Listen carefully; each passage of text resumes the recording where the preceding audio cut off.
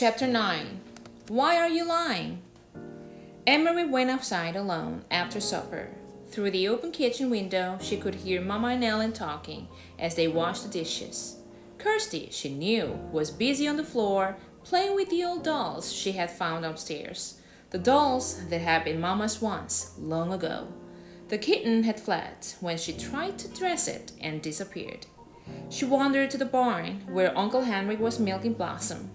He was kneeling on the straw-covered floor beside the cow, his shoulder pressed against her heavy side, his strong tan hands rhythmically urging her milk into the spotless bucket. The God of Thunder sat alertly poised nearby, watching. Blossom looked up at Emery with big brown eyes and moved her wrinkled mouth like an old woman adjusting false teeth. Emery leaned against the ancient splintery wood of the barn wall and listened to the sharp rattling sound of the streams of milk as they hit the sides of the bucket. Uncle Henry glanced over at her and smiled without pausing in the rhythm of milking. He didn't say anything. Through the barn windows, the pinkish light of sunset fell in irregular shapes upon the stacked hay. Flecks of the dust and straw floated there in the light. "Uncle Henrik," Emery said softly, her voice cold. "You are lying to me, you and Mama both." His strong hands continued, deftly pressing like a pulse against the cow. The steady streams of milk still came. He looked at her again, his deep blue eyes kind and questioning. "You're angry," he said. "Yes, Mama has never lied to me before, never, but I know there is no great Aunt Bird. Never once, in all the stories I've heard, in all the old pictures I've seen, has there been a great Aunt Bird." Uncle Henrik sighed. Blossom looked back at him, as if to say, almost done, and indeed the streams of milk lessened and slowed. He tugged at the cow gently but firmly, pulling down the last of the milk. The bucket was half full, frothy on the top. Finally, he set it aside and washed the cow's udder with a clean, damp cloth. Then he lifted the bucket to a shelf and covered it. He rubbed the cow's neck affectionately. At last, he turned to Emery as he wiped his own hands with the cloth. "How brave are you, little Emery?" he asked softly. She was startled and dismayed. It was a question she did not want to be asked. When she asked it of herself, she didn't like her own answer. "Not very," she confessed, looking at the floor of the barn. Tall Uncle Henrik knelt before her so that his face was level with hers. Behind him, Blossom lowered her head, grasped a mouthful of hay in her mouth, and drew it in with her tongue. The kitten cocked its head, waiting, still hoping for spilled milk. "I think that is not true," Uncle Henrik said. "I think you're like your mama, and like your papa, and like me, frightened but determined. And if the time came to be brave, I'm quite sure you would be very, very brave. But," he added, "it is much easier to be brave if you do not know everything. And so your mama does not know everything, neither do I. We know only what we need to know. Do you understand what I'm saying?" he asked, looking into her eyes. Emery frowned. She wasn't sure. What did bravery mean?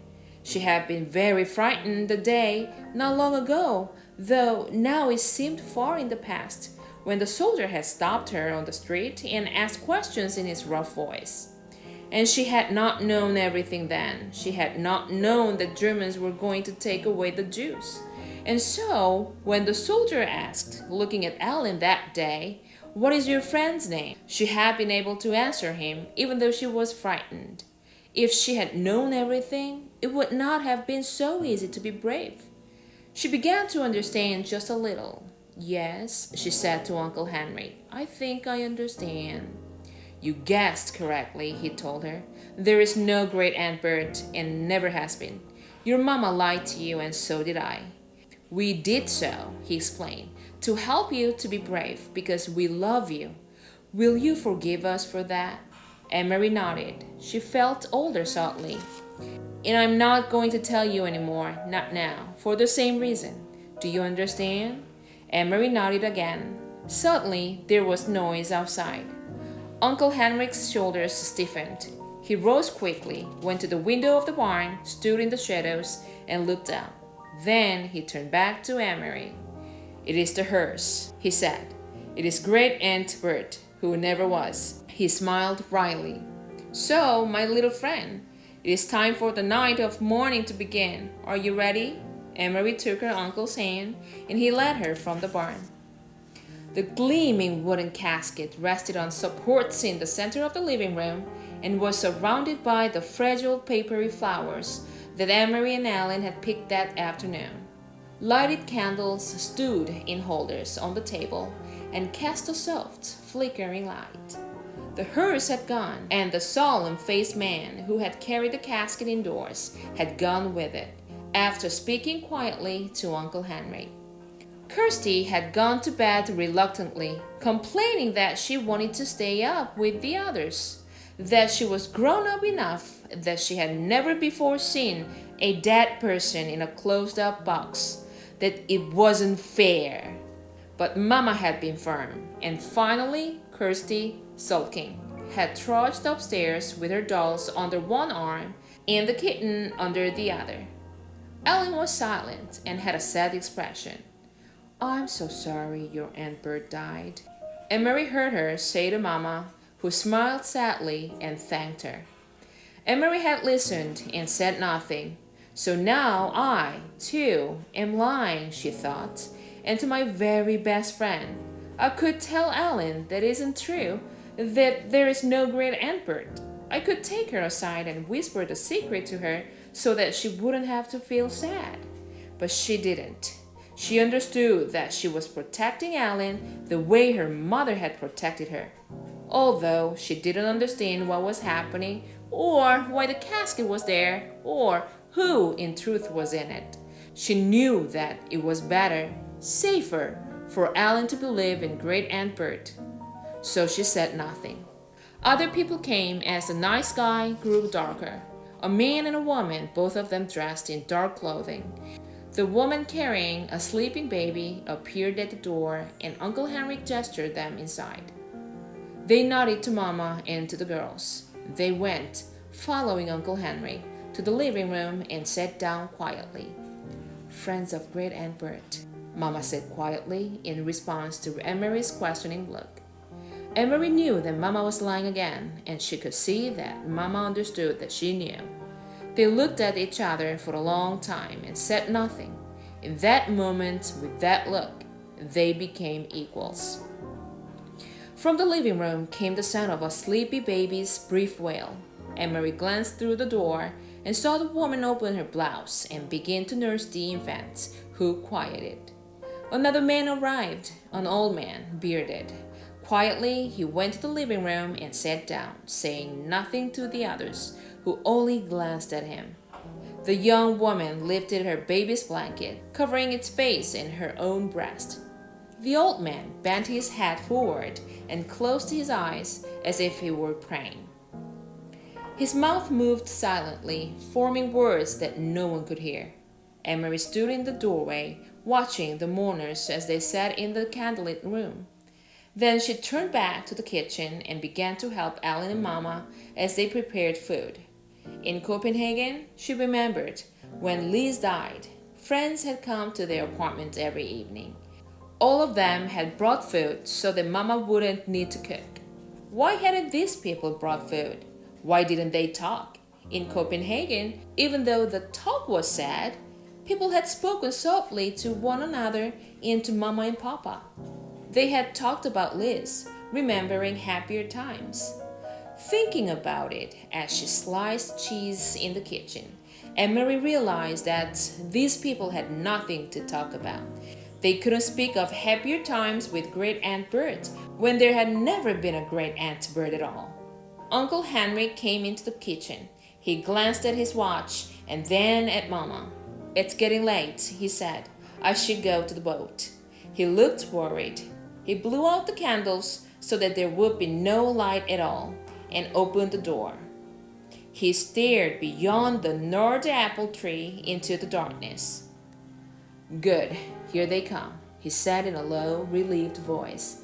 Ellen, come with me. Ellen looked questioningly toward Mama, who nodded. Go with Henry, she said. Emery watched, still holding the wedge of farm cheese in her hand. As Ellen followed Uncle Henry into the yard, she could hear a sharp, low cry from Ellen, and then the sound of voices speaking softly. In a moment, Uncle Henry returned. Behind him was Peter Nielsen. Tonight, Peter went first to Mama and hugged her. Then he hugged Emery and kissed her on the cheek, but he said nothing. There was no playfulness to his affection tonight, just a sense of urgency, of worry. He went immediately to the living room, looked around, and nodded at the silent people there. Ellen was still outside, but in a moment the door opened and she returned, held tightly, like a little girl, her bare legs dangling against her father's chest. Her mother was beside them.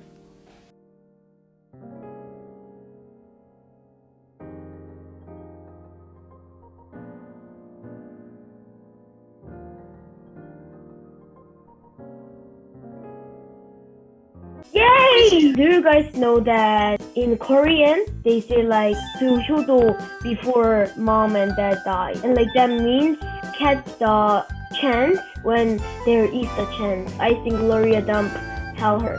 Be resilient. That's a really big word. My pick sentences is just ain't a party without pickles. But it can be a party without pickles. Funny. Magic bag. Okay, that's it. When it is 6 o'clock, my mom took up the picture. It's me in the picture. I hope I can take off the mask soon, cause I can go to field trip at the school. Aurora. I really I want like to see. it. Yes, like that. I saw many times. Yeah. My favorite book is Just My Friend and Me. I like the Statue of Liberty. Just me and the friends. Luke's favorite was Sky Color.